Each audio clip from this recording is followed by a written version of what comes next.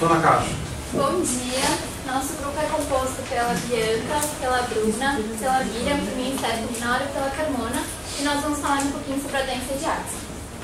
O objetivo do nosso trabalho foi estudar as alterações fisiológicas e bioquímicas comparadas com situações normais e as implicações das mesmas para o indivíduo com a doença de Addison. A doença de Addison ela é também conhecida como insuficiência suprarrenal crônica primária. Ela é caracterizada pela falência total da suprarrenal, que haverá ausência da produção de glicocorticoides, mineralocorticoides e androgênios. Ela tem como causa autoimune, que é evidenciada por produção de autoanticorpos contra a suprarrenal, e é uma mutação do gene CYP21, caracterizando a ausência da enzima 21-alfa-hidroxilase. Outras causas da doença de Addison podem ser também a tuberculose, sarcoidose, amiloidose, infecções fúngicas, hemorragia suprarrenal e carcinomas metastáticos. Aqui nós temos duas imagens mostrando tanto a hipertrofia, que é causada quando há hemorragia ou câncer, e a hipotrofia, quando é a doença autoimune. Aqui está a glândula hipertrofiada e a hipotrofiada. Da baixo. Os sinais e sintomas apresentados por um paciente que contém a doença de Addison são fraqueza, perda de peso associada à anorexia, diarreia, vômito, alterações de personalidade e pigmentação cutânea bronzeada. Estas duas imagens foram retiradas de um artigo em que demonstram a hiperpigmentação através do processamento da CTH, aqui na gengiva e nos pés do paciente.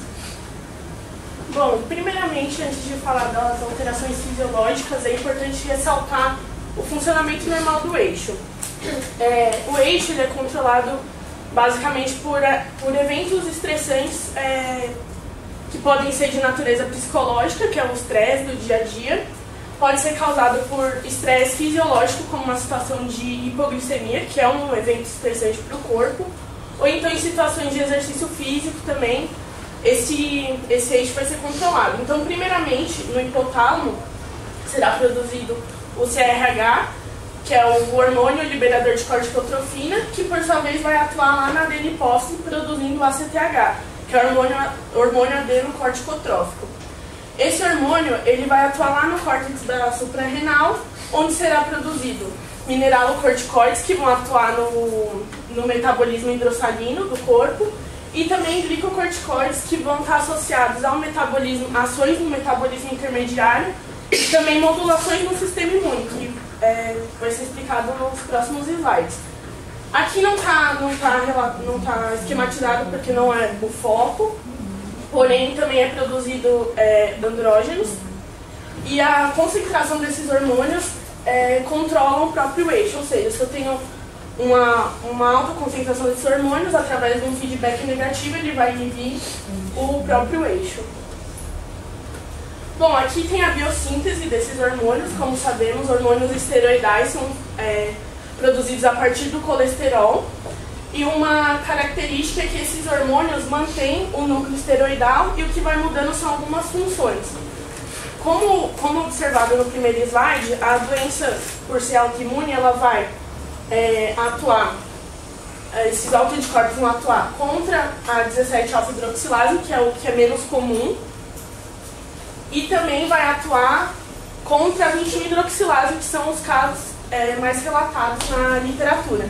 Então, se eu tenho um comprometimento dessa enzima nessa altura da síntese, todos os hormônios a partir daqui vão ser comprometidos. Então, eu não vou ter a produção do cortisol e da aldosterona. Bom, a ação fisiológica da aldosterona e do cortisol. A aldosterona é representante dos mineralocorticoides e o cortisol dos glicocorticoides. Primeiramente, o cortisol, como já dito, ele tem uma ação muito importante no metabolismo intermediário, porque ele vai atuar na velocidade da intensidade da síntese de glicogênio hepático. Ele também vai promover lipólise e proteólise muscular para direcionar esses substratos para a gliconeogênese, mantendo assim a glicemia. Uma glicemia uma normoglicemia. O cortisol também tem a atuação na filtração glomerular, ou seja, ele aumenta em uma situação fisiológica. Ele também mantém a função muscular e, em situações específicas, atua na maturação do feto. Outra ação importante do cortisol é a modulação do sistema imune. Como ocorre essa modulação do sistema imune? Esse cortisol ele vai controlar as respostas imunológicas. Ou seja, a partir disso ele também vai controlar a produção de anticorpos. O que é um problema muito grande na doença de Addison, porque eu não tenho a produção desse cortisol. Logo, eu não vou ter o controle dessa resposta imunológica e assim eu vou ter uma produção exacerbada de anticorpos. E justamente essa doença é caracterizada pela produção de autoanticorpos. Então eu vou ter uma produção muito grande de autoanticorpos, o que vai acometer mais ainda a glândula suprarrenal. Já a aldosterona, em atuação em conjunto com o cortisol, vai controlar o balanço eletrolítico. De que maneira? Reabsorvendo sódio juntamente com água, porque o sódio ele vai atrair água, e por uma troca ele vai excretar o potássio. Bom, normalmente a aldosterona atua no fim do túbulo distal, reabsorvendo sódio, água e excretando potássio, atuando na manutenção da pressão arterial, no débito cardíaco e no funcionamento cardiovascular e renal. Com a inibição desses dois hormônios, vai ocorrer uma hipovolemia devido à diminuição dessa manutenção da pressão arterial, do débito cardíaco e do funcionamento cardiovascular.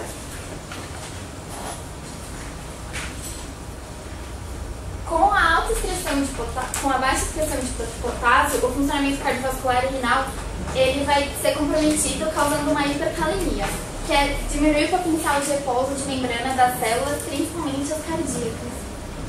Justamente isso ocorre porque sabe-se que células de membrana excitável, para ela entrar em um potencial de ação, no caso da cardíaca, abrem-se os canais tanto de cálcio quanto de potássio.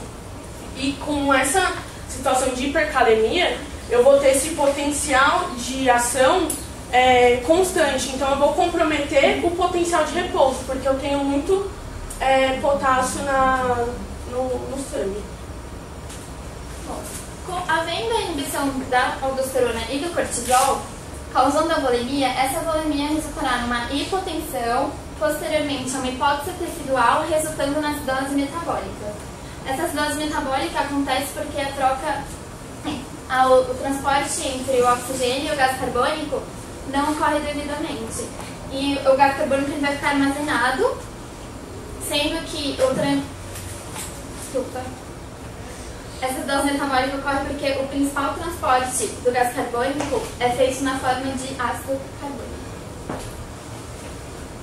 Bom, como eu já dito que a atuação fisiológica do cortisol, uma das mais importantes, é no metabolismo intermediário, o comprometimento disso, primeiramente, eu vou ter uma diminuição na velocidade da síntese do glicogênio hepático. E também, como o cortisol não vai promover a lipólise de tecido adiposo e proteólise muscular, para direcionar esses substratos para a gliconeogênese, eu vou ter a velocidade da gliconeogênese também diminuída. E também vou ter a diminuição da glicogênese. Outro fator importante, e esses três eventos já vão gerar um quadro hipoglicêmico. Outro fator muito importante é que o cortisol em uma situação fisiológica, ele promove o aumento da resistência da insulina. Já na ausência dele, eu tenho uma diminuição da resistência da insulina. O que isso significa? Eu vou ter a insulina ligada ao seu receptor na célula, e essa célula sempre vai estar responsiva à captação de glicose. Eu já tenho uma diminuição da glicemia devido a esses três fatores. Mas esse fator de sempre a célula estar responsiva a captar glicose, eu vou ter um quadro hipoglicêmico constante, o que vai ser muito lesivo, principalmente para o sistema nervoso central, já que sabemos que a energia gerada por neurônios é primariamente a partir da glicose. Bom, em exames requeridos no hemograma, a gente podemos verificar um quadro de eosinofilia, porque em situações normais, os corticoides vão promover a queda dos eosinófilos circulantes. Se eu não tenho esse cortisol, eu não vou ter essa queda, logo eu vou ter um quadro de eosinofilia. Também eu vou verificar uma macrocitose. O que vai ocorrer? No córtex da adrenal, nós sabemos que tem a produção do EPO, que é a eritropoetina. Esse hormônio ele é intimamente ligado ao desenvolvimento da linhagem vermelha sanguínea. Se eu não tenho esse hormônio sendo produzido corretamente, justamente pela destruição do córtex, eu vou ter esse desenvolvimento, essa maturação dessa linhagem comprometida. Logo, as células não vão se maturar corretamente e elas vão ter um aspecto macrocítico, o que vai caracterizar uma anemia, porque essa célula macrocítica ela não vai realizar a sua ação fisiológica normal, que é o transporte de oxigênio, caracterizando uma anemia. E essa alteração a gente pode verificar uma alteração na porcentagem do hematócrito, que vai estar elevada porque essa célula é maior do que o normal. A anemia presente na doença de Addison é a anemia perniciosa, que geralmente está associada, esse tipo de anemia sempre está associada a doenças autoimunes. E também ela está relacionada à deficiência de vitamina B12, que também é um importante componente na maturação das células da linhagem vermelha. Outros exames também requeridos são exames complementares, como níveis de sódio e potássio para verificar o comprometimento do balanço hídrico, níveis hormonais de ACTH, cortisol e aldosterona, onde cortisol e aldosterona vão estar em nível muito baixo, porque como visto na biossíntese, aquela inibição da 21-hidroxilase não vai promover a síntese desses hormônios, e a ACTH vai estar em alta, porque continua tendo um estímulo para a produção, só que o erro é no meio da via. Também é verificada a glicemia, onde vai constar um quadro hipoglicêmico, e também a avaliação da função renal através dos níveis de ureia e creatinina, demonstrando o balanço hídrico comprometido nesse paciente. Bom, além do hemograma, também é utilizado o diagnóstico por imagem para a detecção da doença de Addison. A maioria dos artigos que a gente achou foram utilizados na tomografia computadorizada, e o princípio físico dela é o seguinte: há um tubo de raio-x que contém um filamento de tungstênio, que através da emissão termiônica produz o catodo, que por uma diferença de potencial produz o anodo. Esses elétrons eles são acelerados, ganham energias e são direcionados a um alvo.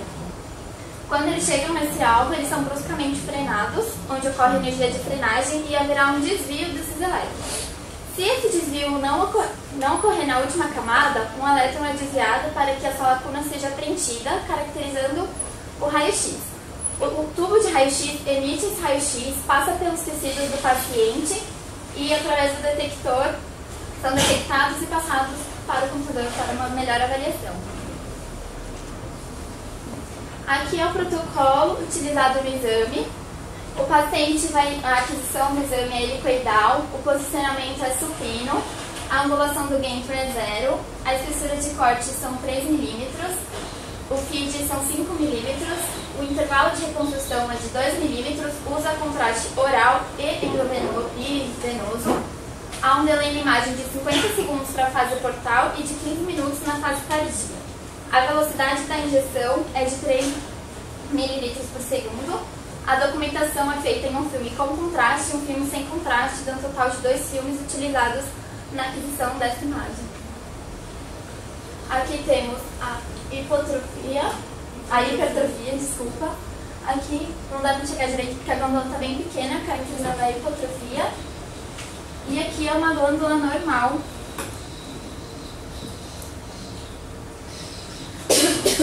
Utilizamos também técnicas moleculares para identificação de deficiências na doença de Addison, como por exemplo a imunofluorescência, em que há um fluorocromo, um anticorpo e um autoanticorpo, nesse caso contra as enzimas 21-hidroxilase e a 17-alfa-hidroxilase. Além do PCR, que é utilizado para a identificação do gene, no caso o CYP21.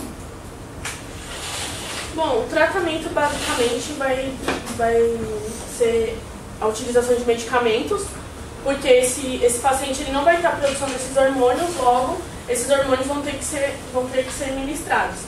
Os medicamentos mais utilizados é a dexametasona, que tem uma alongação, a prednisona e metilprednisolona, que possuem ação intermediária, e a hidrocortisona, que tem uma curtação. Além desse tratamento, há uma terapia gênica sendo testada em que eles injetam um adenovírus não replicante que contém esse gene CYP21 corrigido em um camundongo que tem essa deficiência na enzima, e após 40 dias eles notaram que os níveis de corticosterona estavam normais.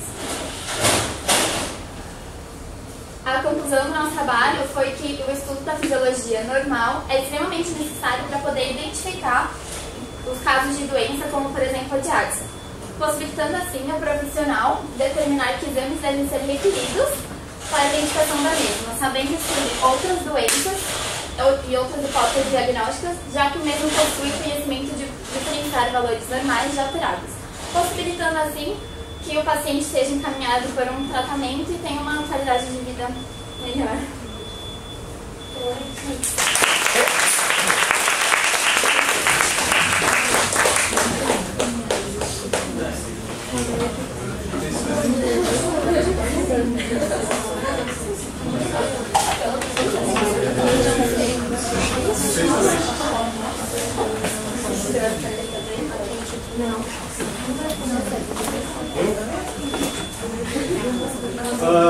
Vamos lá? Seguinte, achei a apresentação razoável para o quarto semestre, né? Achei que houve uma dinâmica bacana e tal, mas que podia ser melhor desenvolvido, tá? Acho que algumas figuras ficaram aí a desejar. Não gostei da conclusão também, achei ela muito longa. É porque é um hospital, eu imagino se não fosse. Um sambão, eu estava melhor. Isso que também passou caminhando. Daqui a pouco eu caminhando. Ó, tô nervosa. Então, assim, mas particularmente a Stephanie e a Bianca foram bem. Achei que teve uma desenvoltura bacana, tiveram uma desenvoltura bacana, né? Em termos da apresentação propriamente dita. O conteúdo, acho que poderia ter melhorado um pouco, tá? Vamos então à parte das imagens, por favor. As duas imagens logo no começo foram repetidas logo em seguida, né? São as mesmas imagens, os mesmos casos. Pode ir lá direto para a parte de imagem que a gente concentra tudo num lugarzinho só. Isso. Vamos ficar nesse slide. Eu vou pedir para as outras que não apresentaram, as outras colegas que não apresentaram, para reapresentar esse slide. Porque não ficou legal. O que está escrito não corresponde à realidade. E eu gostaria que as que não apresentaram pudessem corrigir o slide, o que foi falado, enfim. Por favor, essa é a minha única consideração. Assim, tem outras, mas essa é mais importante. É porque, assim, basicamente, todo mundo se baseou nisso, né? Então, eu vou explicar mais ou menos a mesma coisa, mas eu vou tentar melhorar, então, né? Ó. Não explica a mesma coisa, não. Isso, tenta melhorar. Ó. Se for a mesma coisa, vai estar errado. Tá bom, ó. Nós vamos ter um tubo, vai se basear no tubo. Dentro do tubo, nós vamos ter um filamento de tungstênio. Dentro desse tubo, esses filamentos, eles vão produzir os elétrons que vão ter emissão termoiônica, que vai se diferenciar em cátodo e anodo.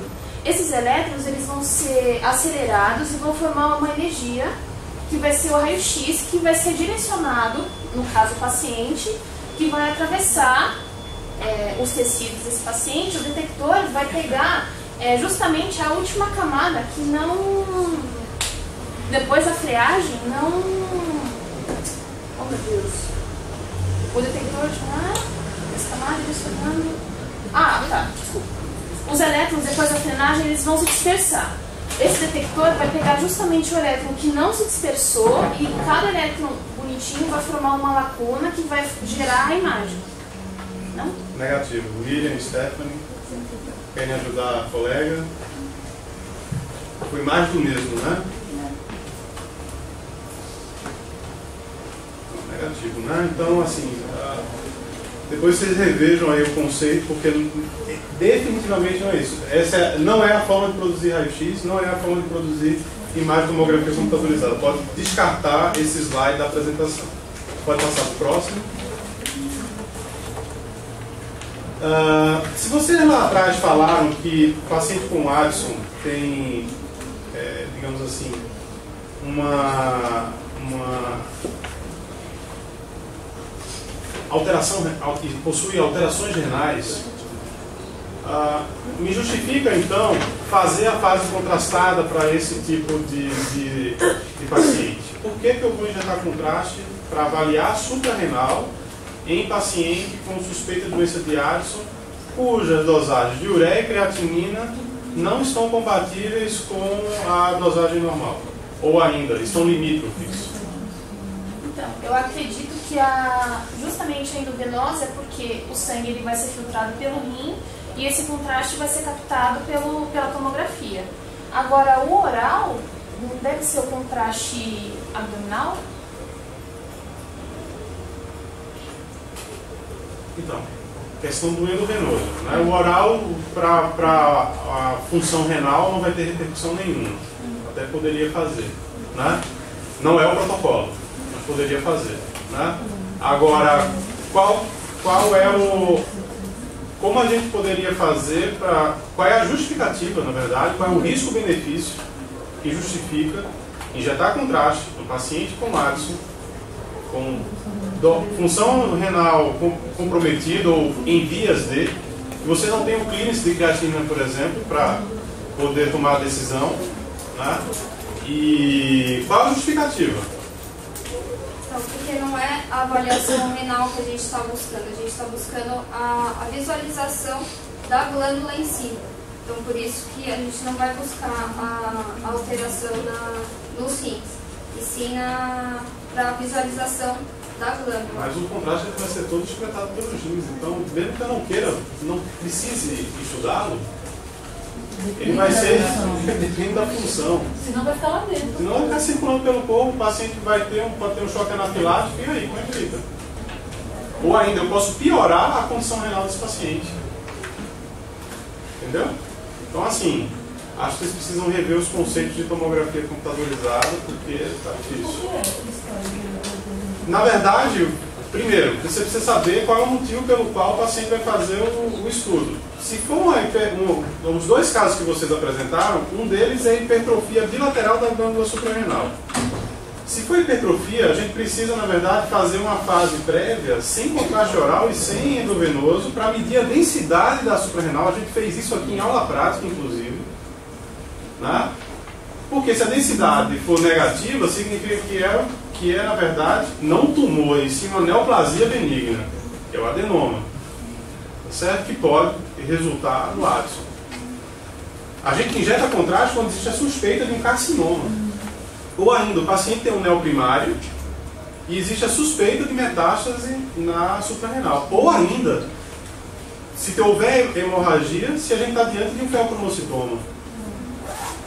Preparo oral, não há motivo, a não ser que seja um paciente subclínico, que não tenha alteração de dosagem ou de clínica, né? E que a gente vai fazer o protocolo de rotina do abdômen para uma outra condição, uma outra hipótese diagnóstica, e a gente tem, na verdade, o chamado incidentaloma. Ou seja, um achado de imagem, uma alteração suprarrenal, que é tão comum que recebe o nome específico de incidentaloma. Tá certo? Via renal não, é muito menos, é excretado pelo intestino. Certo? Ok? Então, ó, esquece tudo da área de imagem, porque o protocolo aí, ele é possível, mas com considerações. Tá certo? Com considerações. Tá? Então, a gente tem que avaliar se o paciente está vindo porque ele tem uma suspeita de metástase ou mesmo de um carcinoma, mas tem que fazer uma fase prévia para avaliar se tem hemorragia, né? Ou ainda uma calcificação. Tá certo? Para ver a atrofia, não precisa de contraste. Você está vendo, está atrofiado. Tá certo? Professores.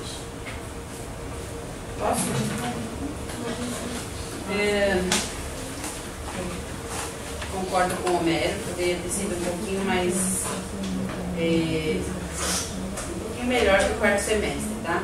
Uma coisa que eu gostei, que eu até esqueci de comentar na outra apresentação, é que vocês colocaram as referências nos slides.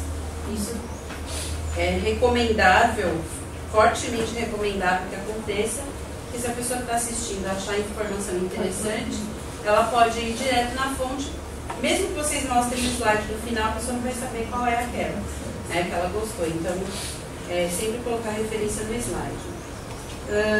Vocês cometeram aí alguns errinhos de português, né, de concordância. Isso também deve ser cuidado na hora que você vai fazer uma apresentação. E outra coisa é que o evento ele é sempre estressor e não estressante, tá? Teve a figura lá que vocês colocaram do eixo HPA em espanhol, então sempre colocar a figura em português. E aí uma pergunta por ignorância, eu vi que você falou e depois estava escrito no slide. O que vocês querem dizer com velocidade ou intensidade? Qual slide, professor? Não sei, tem um slide aí escrito. Vocês falaram de alterações fisiológicas na doença de Addison, aí ó, gliconeogênese, velocidade da intensidade. O que é isso? Não consigo entender. Eu não sei se é algum termo que é utilizado, enfim, posso não conhecer, mas... Velocidade da gliconeogênese, propriamente dita. Ah, tá. Então é velocidade da reação, não é velocidade da intensidade. Tá? Vocês falaram e depois escreveram, então deve ser algum conceito que eu não conheço. É que no artigo usava dessa forma e nós achamos melhor colocar. Então, isso é uma outra coisa, né? Não só vocês, mas várias pessoas usam esse argumento. Ah, no artigo estava assim. Não é porque no artigo está assim que está certo, né? Às vezes está assim no artigo e está em um artigo. Não, e a pessoa, sei lá, às vezes alguma coisa traduzida e a pessoa não traduziu certo. Então a gente sempre tem que ser crítico com a fonte que a gente usa. Se você acha alguma coisa estranha, vai procurar em outro lugar. Nunca ouvi falar velocidade da intensidade. Será que isso está certo? Vai ver, tá? Na realidade, gente, como está gliconeogênese regulado, eu tampouco ouvi. Tem outra forma da gente falar de intensificação de vida. Vai, obrigada. Faltou falar uma palavrinha aí no caso da importância dos glicocorticoides para a regulação da resposta imune. Qual que é essa palavrinha?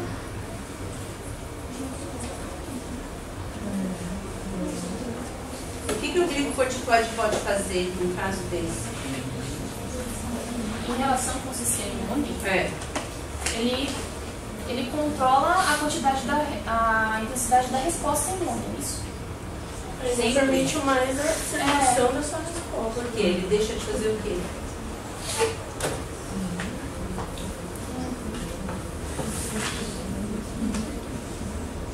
A palavra que eu queria ouvir era imunossupressão, mas esse conceito de que os glicocorticoides, como é que você falou? Eu não sei se é o nome. Bruna, como você falou? Controla A resposta imune? Isso. Essa é muito fácil, né? Fala se aumenta ou diminui, senão não diz nada. Falei de observação?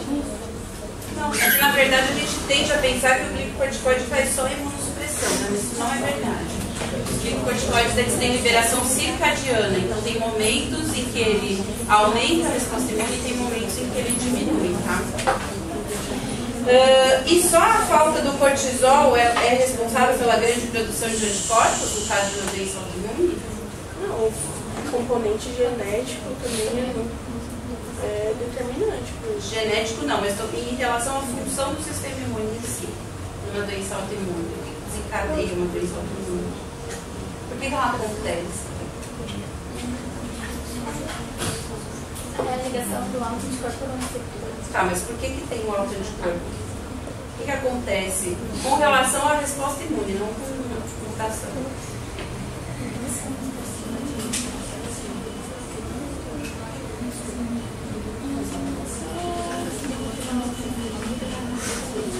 Então, quando a gente fala de alguma coisa, e principalmente nesse caso em que a doença tem etiologia autoimune, a gente tem que saber exatamente o mecanismo, tá?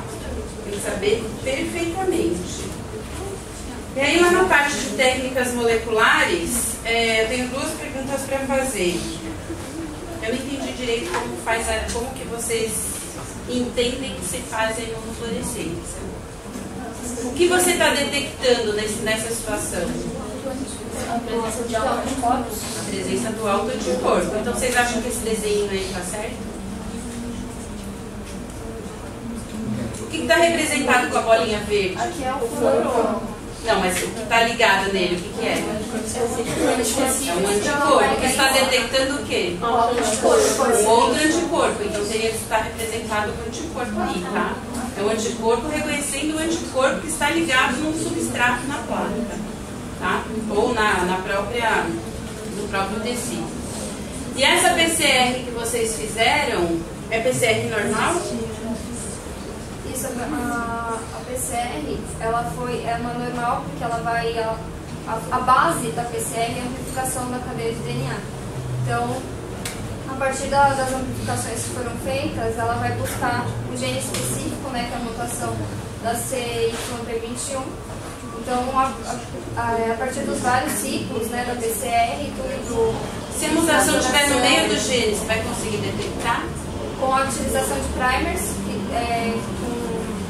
eles vão se ligar, eles vão buscar a complementariedade da cadeia de estudo, né, a cadeia alvo de estudo, para poder ter o resto da amplificação para buscar o Tá, mas supondo que, né, que nem a gente viu na aula, o primer ele flanqueia o gene, né? Se a mutação estiver no meio do gene, você vai conseguir identificar pela PCR normal?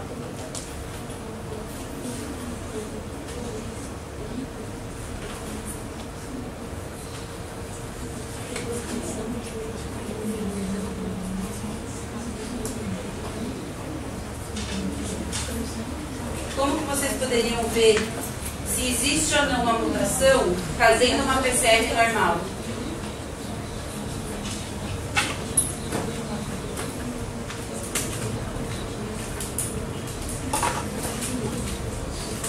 Foi um exercício que a gente trabalhou na última aula.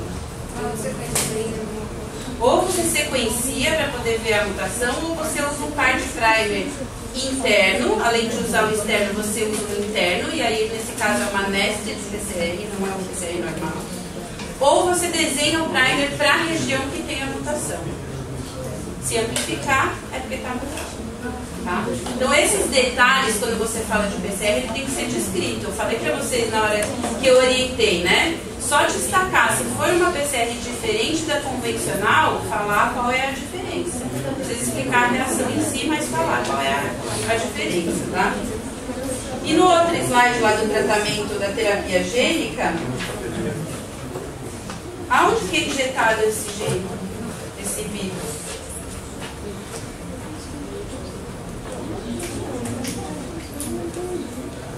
Vocês falaram que é administrado um adenovírus não replicante que possui gene corrigido. Aonde ele é inoculado?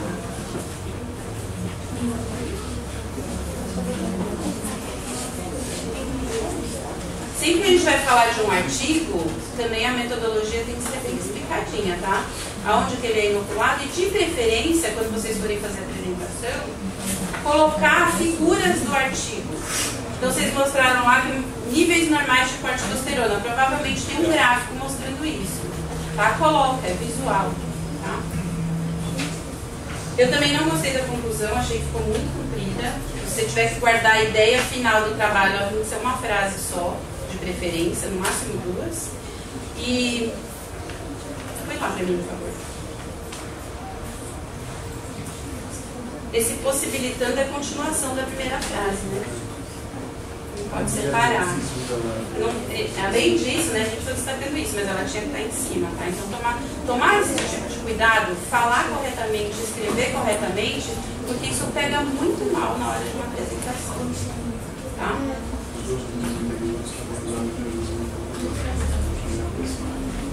Mas enfim, era isso. Obrigada, meninas. Bom, meninos, a apresentação de vocês, eu acho que deixou um pouco a desejar em algumas coisas. Eu acho que vocês se esforçaram para fazer uma boa apresentação, vocês procuraram domínio do assunto, mas em algumas coisas vocês escorregaram. Então, ó, eu vou tentar ser bem rápido. No terceiro slide lá, doença de Addison.